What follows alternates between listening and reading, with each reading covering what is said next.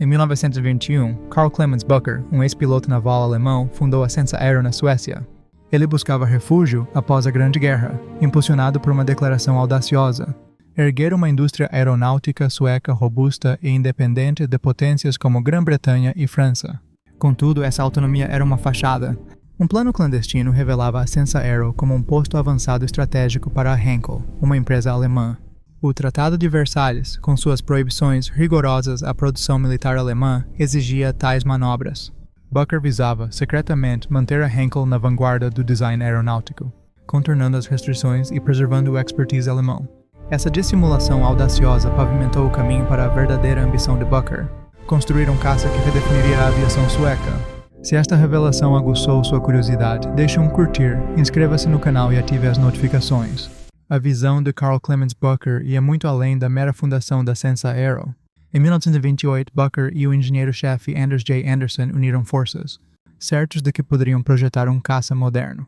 A Força Aérea Sueca, operando aeronaves obsoletas, ansiava por uma substituição urgente. A meta era cristalina, um interceptador local que catapultasse a independência aeronáutica do país. Essa audaciosa parceria seria o alicerce de sua futura colaboração. Essa confiança não era infundada, mas sim fruto de um talento inigualável. Karl Clemens Bucker era um designer aeronáutico excepcional, creditado por quase 5.000 biplanos Jungmeister e 3.500 monoplanos de treinamento Best. Seu engenheiro-chefe, Anders J. Anderson, mais tarde se tornaria uma figura central na Saab, concebendo os emblemáticos SE-17, 18 e 91. Uma verdadeira parceria de mentes brilhantes que sem dúvida moldaria o futuro da aviação. Um anseio latente por um interceptador nacional permeava a Força Aérea Sueca, embora sem qualquer especificação formal para guiar sua criação. Karl Clemens Bucker, impulsionado por sua visão, avançou de forma independente. Acreditando firmemente em sua capacidade e na de Anderson, ele deu o impulso inicial. Internamente batizado de SE-11, este protótipo rapidamente ganhou reconhecimento como Yak Falcon, ou Yacht Falcon, simbolizando a audácia sueca na aviação.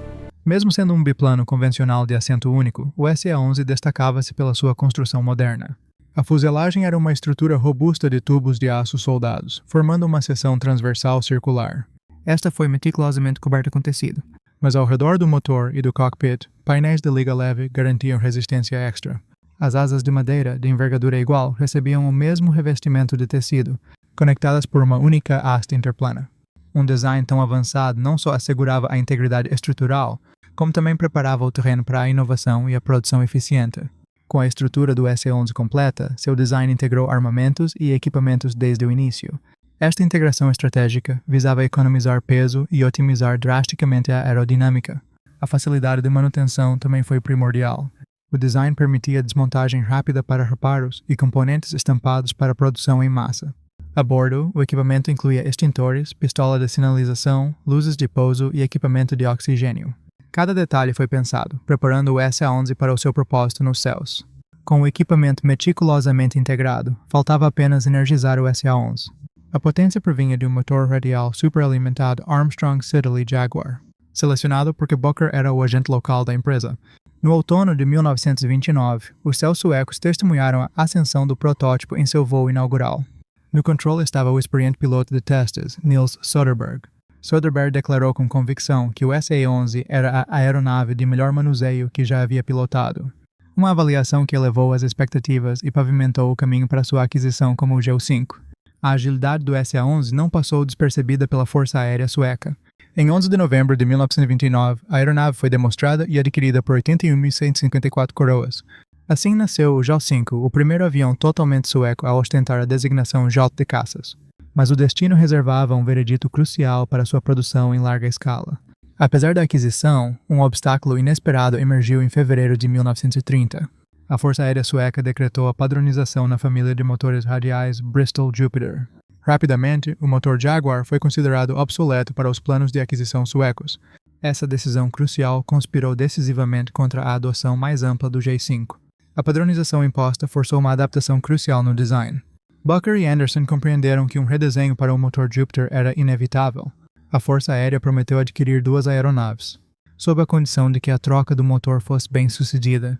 Essa exigência fundamental pavimentou o caminho para o que seria conhecido como a versão J6. A imposição do motor Jupiter deu origem ao SA-14, designado J6 pela Força Aérea Sueca. Visualmente, a aeronave ainda ecoava as linhas do protótipo, mas possuía uma fuselagem dianteira redesenhada para o motor Bristol Jupiter 6. Com cerca de 450 cavalos de potência, os contornos aerodinâmicos foram remodelados com precisão. A estrutura interna recebeu reforços cruciais para suportar as novas cargas e equipamentos. Cada ajuste visava otimizar o desempenho para os testes operacionais que se aproximavam. Com o motor Jupiter integrado, o J6 rugiu nos céus pela primeira vez em junho de 1930. Isso impulsionou a encomenda imediata de mais 5 unidades para serviço em 1931. Contudo, um dos protótipos sofreu um acidente fatal durante um voo de teste. Relatos destacavam uma vibração alarmante na cauda em alta velocidade e manobras abruptas. Adicionalmente, o trem de pouso revelou-se frágil demais para os campos de aviação suecos. Estes problemas operacionais urgiam por uma solução inovadora. As deficiências do J6 exigiram uma resposta decisiva com a versão J6A. Esta versão aprimorada surgiu para resolver problemas e marcar um momento histórico. Pela primeira vez, a Suécia operava um caça nacional em serviço regular. Ele utilizava o motor Bristol Jupiter 7F, gerando cerca de 500 cavalos de potência. A fuselagem e o trem de pouso foram substancialmente reforçados para maior solidez. Apenas 3 J6As foram construídos e entregues em 1931, consolidando a versão definitiva. Em 1932, a Sensa Aero foi absorvida pela Astra, que mais tarde formaria a Saab. A Astra recebeu um pedido para mais 7 aeronaves, designadas J6B. Estas máquinas eram J6As com estabilizador redesenhado, novo para-brisa e pequenas alterações.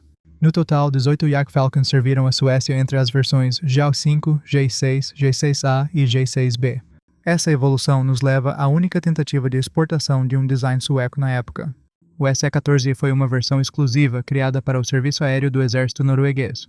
Este modelo apresentava um motor Armstrong Siddeley Panther 3A, muito potente. A Noruega avaliou a aeronave contra tipos britânicos como o Agile Hawker Fury. Apesar de seu potencial, nenhum pedido de compra foi realizado, selando o destino do SE-14. Isso nos prepara para uma análise das especificações técnicas detalhadas do JAL-6. Os Yak Falcon J6A e J6B exibiam dimensões compactas com 7,1 metros de comprimento. Pesando 950 kg vazio, atingia 1.470 kg carregado em sua configuração máxima. Sua velocidade máxima era de 370 mph, alcançando um teto de serviço de quase 7.800 metros. A autonomia de 550 km permitia voos de 2 horas e meia de duração. Seu armamento consistia em 2 metralhadoras sincronizadas de 7,9 mm na fuselagem. Compreender o comportamento do J6 no ar revela um caça de caráter notável. Pilotos consideravam o Yak Falcon ágil e responsivo, embora exigisse atenção no pouso. A fuselagem de aço conferia robustez, enquanto as asas de madeira permitiam reparos rápidos. Contra caças importados, seu desempenho superava a maioria em combates de curva. Contudo, carecia da velocidade e subida dos modelos estrangeiros mais avançados. O Yak Falcon entrou em serviço numa era de vertiginosa mudança tecnológica. No início dos anos 1930, foi atribuído a vários esquadrões da Força Aérea. Porém, a adoção de novos monoplanos relegou rapidamente os biplanos a um segundo plano. Assim, o Yak Falcon metamorfoseou-se numa eficiente aeronave de treinamento. Finalmente, em 1941, foi retirado do uso sueco, sem nunca ter combatido em sua terra natal. No entanto, sua jornada estava longe de terminar na Finlândia. A Guerra de Inverno de 1939 ofereceu ao Yak Falcon uma segunda oportunidade de serviço. A Suécia enviou 3 Yak Falcons excedentes como ajuda material contra a União Soviética. Entregues à Finlândia, em 1940, foram empregados como treinadores avançados. Esta função proporcionou experiência vital a pilotos em transição para caças modernos. Infelizmente, um foi perdido em 1941, outro em 1944 e o último foi aposentado em 1945. Lamentavelmente, nenhum desses pioneiros sobreviveu para ser preservado em museus. Sua trajetória ilumina as grandiosas ambições e limitações da aviação sueca no entreguerras. Demonstrou que uma pequena empresa nacional podia conceber um caça equiparável aos europeus.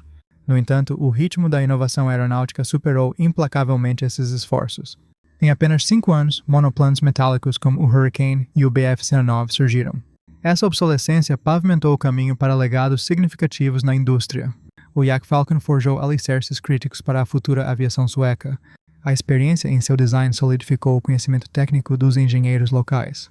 Eles dominaram métodos modernos, estrutura de aço soldado e compacta instalação do motor. Sua fusão com a Astra desencadeou a consolidação, que pavimentaria o caminho para a Saab. A evolução do motor Jaguar para o Jupiter mostrou a influência da padronização de motores. Esta política de aquisição não apenas moldou o design, mas determinou o destino do caça.